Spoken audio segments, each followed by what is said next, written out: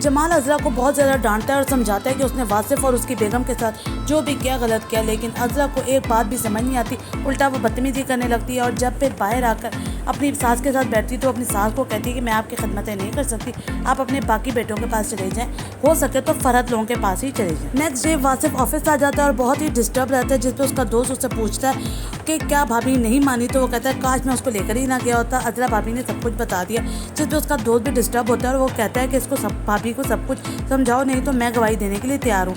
और उसकी दोस्त सारा को भी इंस्टाग्राम पे मैसेज करता है, जिसको खोलने से फरहत उसे साफ मना कर देती है। अस्मा फरहत को कॉल करके बात करना चाहती है, जबकि फरहत अच्छे तरीके से बात नहीं करती और साफ कहती है कि आप सब मिले हुए थे, आप लोगों को ये बात पहले बतानी चाहिए थी, जो कुछ भी हुआ सही नहीं हुआ। जबकि अस्मा उसे कहती है सब कुछ अज़रा भाभी ने गलत बयानी की है, ये बात घुमाई है, लेकिन वो चाहती ही नहीं है सुनने के लिए, इसलिए फरहत बीच में ही फ़ोन डिस्कनेक्ट कर देती है। फिर अस्मा वासिफ को कॉल करके बताती है कि फरहत बहुत ज़्यादा गुस्से में है, तुम्हें आज ऑफिस नहीं आना चाहिए था, और उसको कोशिश करके प्यार मोहब्बत से सारी बात समझाओ। रक्षी अपनी अना की तस्कीन कर चुकी है, बेबी बाजी के पास से नसीर को बुला के उसकी माँ चाहती है कि 10-12 लाख लेकर अपनी जान छुड़ा ले, लेकिन वो किन्हीं और ही हवाओं में है और वो इससे क्या करने वाली है ये वक्त ही बताने वाला है। अंबर अब दादी के कपड़े इस्त्री करने जा रही होती, जब अज़रा उसे कहती है कि तुम ये सब कुछ क्यों कर रही हो, तो वो बताती है कि दादी के कपड़े हैं, आप तो बूढ़ी नहीं है इसलिए मैं आपके कपड़े इस्त्री नहीं करती।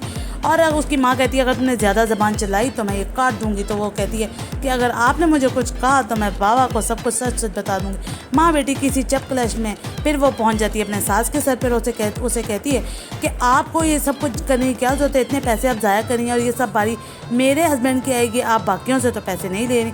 जिसमें बेबी बाजी बेचारी परेशान हो जाती है। वलीद लाहौर पहुंच जाता है और बहुत ही होशियारी और स्मार्टनेस के साथ पहले दिन ही काम संभाल लेता है। जो साहब उसके साथ काम कर रहे होते हैं वो उन्हें बताता है कि 17,000 रुपये का घपला है, जिस पे अंकल इसकी एफिशिएंसी से बहुत ज़्यादा मुतासिर होते हैं और उसको कहते हैं मुझे उम्मीद नहीं थी तुम इतना अच्छा काम करोगे। बेबी बाजी की फ्रेंड उनसे मिलने आती है शहनाज, जिस पे वो अपनी बहू अज़रा को लेने आती है कि उठ के चाय का पानी रखो और शहनाज से मिल लो, जिस पे अज़रा साफ झंडी दिखा देती है। वासिफ और फरहत की सुलह हो जाती है, बिलाखिर फरहत को मनाने में कामयाब हो जाता है। उससे वो गुस्से में कहता है कि अगर तुम्हें मेरी बात पे एतबार करना है तो करो, नहीं तो मर्जी है तुम्हारी, क्योंकि हर इंसान का पास्ट होता है। बात तब मान मेरा तब बढ़ता है जब तुम आप लोगों के सामने कहती कि तुम्हें अपने हस्बैंड पे यकीन है, जिस तरह मेरे घर वालों ने उस वक्त मेरा मान रखा था। वो उस वक्त चुप रहती है, लेकिन नेक्स्ट डे वो उसको नाश्ता बना कर देती है, जिस पे वासिफ खुशी खुशी नाश्ता कर लेता है। लेकिन फिर भी फरहत को अपनी दोस्त के सामने यही गिला कि उसने वासिफ ने उसे थैंक यू नहीं कहा। तो उसकी दोस्त कहती फिर क्या हुआ, तुमने भी तो उसे सॉरी नहीं कहा। फिर ये दोनों शॉपिंग पे जाती हैं, लेकिन फूड कोर्ट में जाती हैं तो इसकी नज़र नसीर पे पड़ती है, जो कि रक्षी के साथ बैठा होता है, और ये बहुत ही ज़्यादा सरप्राइज़ होती है। फिर ये वहाँ से चली जाती है।